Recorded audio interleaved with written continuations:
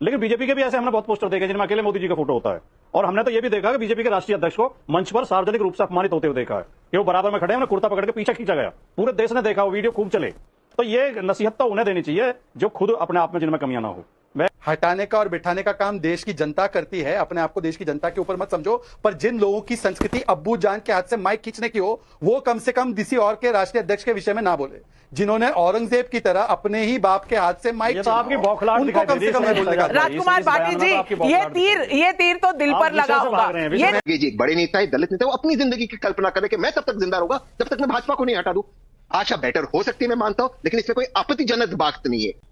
देखिए, सबसे पहले राष्ट्रीय प्रवक्ता भारतीय जनता पार्टी होने के नाते मैं तो कामना करूंगा प्रभु श्री राम से कि खड़गे जी को सेहतमंद और तंदुरुस्त रखे। और ऐसी हालत में कांग्रेस को उनको कैंपेनिंग में नहीं भेजना चाहिए था। उनके मुंह से तो ये भी निकल गया कि कांग्रेस जीतेगी तो आतंकवाद बढ़ जाएगा, तो ऐसी स्थिति में नहीं भेजना चाहिए था। परंतु देखिए, एक बात जो खड़गे जी ने कही है, मैं तो स्वागत करता हूं। उन्होंने तो अपने आप के लिए अमरत्व का एक दान मांगा है। उन्होंने कहा जब तक मैं रहूंगा तब तक रहूंगा जब तक मोदी जी को नहीं हटाता। अब मोदी जी तो लंबे समय तक नहीं हटने वाले, तो मतलब अपने आप के लिए उन्होंने अमरत्व का एक दान मांगा है। और प्रभु श्री राम उनको यह दान करे, प्रदान करे, ये मेरी दिली ख्वाहिश है, कामना है। पर संस्कृति अपना अपना होता है। मोदी जी को इन्होंने नीच, चाय बेच, कब्र खुदेगी, मरजा मोदी, हिटलर मोदी, गंगू तेली, नीच, भस्मासुर, सांप, बिच्छू, हिटलर, लकड़ी से मारेंगे तुझको, जहरीला सांप, रावण, मोदी जीतेगा तो सनातन जीतेगा, 20 सीट मिलती तो मोदी को जेल में डाल देता। एक ओबीसी प्रधानमंत्री को बोलने के बाद भी इस ओबीसी वर्ग से गरीब मां के बेटे ने फोन करके बोला, खड़गे जी आप ठीक तो है। ये संस्कृति अपनी अपनी होती है। और मुझे पुराने दिनों की भी याद आती है, वाजपेयी जी का क्या कैरेक्टर था। नरसिम्हा राव बोलते थे वाजपेयी जाकर केस लड़ो देश का, तो जाकर वाजपेयी जी केस लड़ते थे देश का, और कश्मीर जिता के हमारा इंटरनेशनल फोरम पे केस जिता के लाते थे।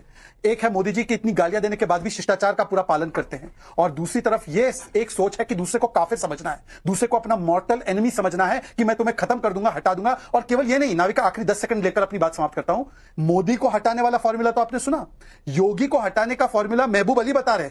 महबूब अली समाजवादी पार्टी के होनहार विधायक बोलते हैं कि मुस्लिम अपनी आबादी इतनी कर दे कि योगी को हटा देंगे, मुस्लिमों की आबादी इतनी हो जाएगी कि मोदी योगी हट जाएगा। तो ये दोनों तरफ से एक भगवा चोला डालता है तो इतनी घृणा कि डेमोग्राफिक जिहाद कराओ, और एक ओबीसी समाज से तो इतनी घृणा कि उसको नस्त नाबूद कर दो। यही इंडिया अलायंस है। ये मोहब्बत की नहीं, ये नफरत के भाईजान है, मोहब्बत की दुकान नहीं है। तो मुझे तो इसमें नाविका जी कुछ खराब लगता नहीं, लेकिन इतना जरूर है कि भारतीय जनता पार्टी के जो देश के और भी बहुत बड़ी समस्याएं जो भारतीय जनता पार्टी ने पैदा की हैं, उन पर चर्चा से बचने के लिए भारतीय जनता पार्टी इस तरह की कोशिश करती रहती है। हिंदुओं के हर तीज त्योहार पर, हर पूजा पाठ में, हर मौके पर, हर आयोजन में, हर उत्सव में नृत्य और गायन होता है। नहीं, देखिए, भाटी जी की इस स्वाभाविक प्रतिक्रिया को मैं सही समझता हूं उनकी तरफ से। भाटी जी को तो इसमें कुछ गलत नजर नहीं आएगा। भाई, भाटी जी के नेताओं ने कहा है कि 1 ट्रेन भर गांजा महाकुंभ में फूंक दिया जाता है। अब हज के बारे में बोलकर बताए। इनके नेता कहते हैं मठाधीश माफिया होते हैं, बोलकर बताए मदरसों के बारे में। राम मंदिर प्राण प्रतिष्ठा में नाच गाना हो रहा है, डिस्को डांस हो रहा है, ये राहुल गांधी कहते हैं, बोलकर बताए। वेटिकन में जो होता है उसके विषय में नहीं बोल पाएंगे। तो भाटी जी को ये बातें स्वाभाविक सी रख सकती है। भाटी जी 370 लागू करने पर और वहां के वाल्मीकि समाज के आरक्षण पर जवाब खड़गे जी को नहीं देना था, इसीलिए उन्होंने इस विषय को ऐसे उठाया। और दुख की बात यह है कि हसन नसरल्लाह में तो आपको शहीद नजर आता है, पर राम मंदिर के प्राण प्रतिष्ठा में नाच गाना नजर आता है, और इसमें आपको कुछ खराब नजर नहीं आता। और आपको उसमें भी खराब नहीं आता कि योगी को हटा देंगे क्योंकि हमारी आबादी बढ़ चुकी है मुसलमानों की।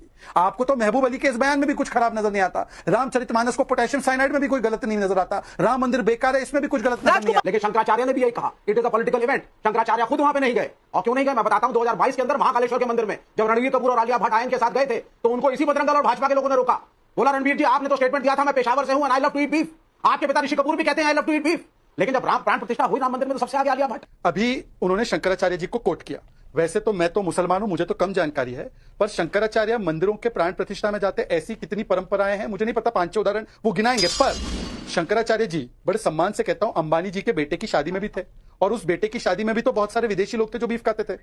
तो वो तो इनका विषय, वो मेरा विषय नहीं है। मेरा सवाल सिर्फ इतना है कि इसी शंकराचार्य जी ने कहा है कि भारत में मुसलमानों का रहना नहीं ठीक है, मुसलमानों के लिए अलग देश बन गया। मानते क्या इस बात को? शंकराचार्य पर्वत का नाम तख्ते सुलेमान करने की बात नेशनल कॉन्फ्रेंस ने की है। क्या शंकराचार्य के अनुयायी है? तो बता दे, लेफ्ट वाले अब शंकराचार्य को कोट करने लगे। और राम मंदिर के प्राण प्रतिष्ठा को जो नाच गाना बोलते हैं, हिम्मत हो तुम्हारी तो हज के बारे में बोल के दिखाओ, हिम्मत हो तुम्हारी तो वेटिकन में जो कांग्रेगेशन होता है उसमें बोल के दिखाओ। भैया मुझे उनको हटाना है, तब तक मैं जिंदा रहूंगा। इसमें कौन सी गलत बात है? ज्योतिरादित्य सिंधिया टाइम्स नाउ को कोट कर रहा हूं, कहा कि जब तक भाजपा को मैं सत्ता से नहीं हटाऊंगा, मैं मध्य प्रदेश में, मैं तब तक हार नहीं पहनूंगा। आज वो ज्योतिरादित्य सिंधिया जी भाजपा के अंदर है। ये कौन से अपशब्द हुए? देखिए, तहसीन कह रहे हैं बार बार दलित का अपमान, दलित का अपमान। तो इनसे एक बार पूछे, कुमारी शैलजा को जब मुख्यमंत्री चेहरा नहीं घोषित करते हैं और वो खुद आकर कहती है कि मुझे चुनाव लड़ना है पर टिकट नहीं देते हैं, ये दलितों का अपमान है या नहीं है? जब दलित समाज के व्यक्तियों को अपमानित करते हुए उनका 14,000 करोड़ कर्नाटका की सरकार खा जाती है, वो दलितों का अपमान है या नहीं है? जामिया एमयू में SC ST का आरक्षण खत्म करते दलितों का अपमान है या नहीं है? नेशनल कॉन्फ्रेंस वाल्मीकि समाज को दिए गए आरक्षण को खत्म करना चाहती है जम्मू कश्मीर में, वो दलितों का अपमान है या नहीं है? और इनको तो सीताराम केसरी की धोती फाड़ी गई, उसमें भी ओबीसी समाज का अपमान नहीं दिखा। नरसिम्हा राव जी के शव को अंदर नहीं आने दिया, उसमें भी तहसीन को नहीं दिखा। तो तहसीन को आज खड़गे जी के बयान में क्यों कुछ नजर आएगा? जब उन्होंने मोदी तेरी कब्र खुदेगी, मोदी तुझे लाठी डंडे मारेंगे, उसमें कुछ गलत नजर नहीं आया। तो नाविका हटा देंगे, मिटा देंगे, तुम काफिर हो, तुमको नहीं रहना है, ये इस प्रकार की बातों और भाव में उनको क्यों कुछ गलत नजर आएगा? वो तो इसको स्वीकारेंगे, सहज स्वीकारेंगे। लेकिन बीजेपी के भी ऐसे हमने बहुत पोस्टर देखे जिनमें अकेले मोदी जी का फोटो होता है, और हमने तो ये भी देखा कि बीजेपी के राष्ट्रीय अध्यक्ष को मंच पर सार्वजनिक रूप से अपमानित होते हुए देखा है कि वो बराबर में खड़े हैं, उन्हें कुर्ता पकड़ के पीछे खींचा गया, पूरे देश ने देखा, वो वीडियो खूब चले। तो ये नसीहत तो उन्हें देनी चाहिए जो खुद अपने आप में जिनमें कमियां ना हो। हटाने का और बिठाने का काम देश की जनता करती है, अपने आप को देश की जनता के ऊपर मत समझो। पर जिन लोगों की संस्कृति अब्बू जान के हाथ से माइक खींचने की हो, वो कम से कम किसी और के राष्ट्रीय अध्यक्ष के विषय में ना बोले। जिन्होंने औरंगजेब की तरह अपने ही बाप के हाथ से माइक, तो आपकी बौखलाहट उनको कम से कम नहीं बोलने का। राजकुमार पाटिल जी, ये तीर तो दिल पर लगा होगा।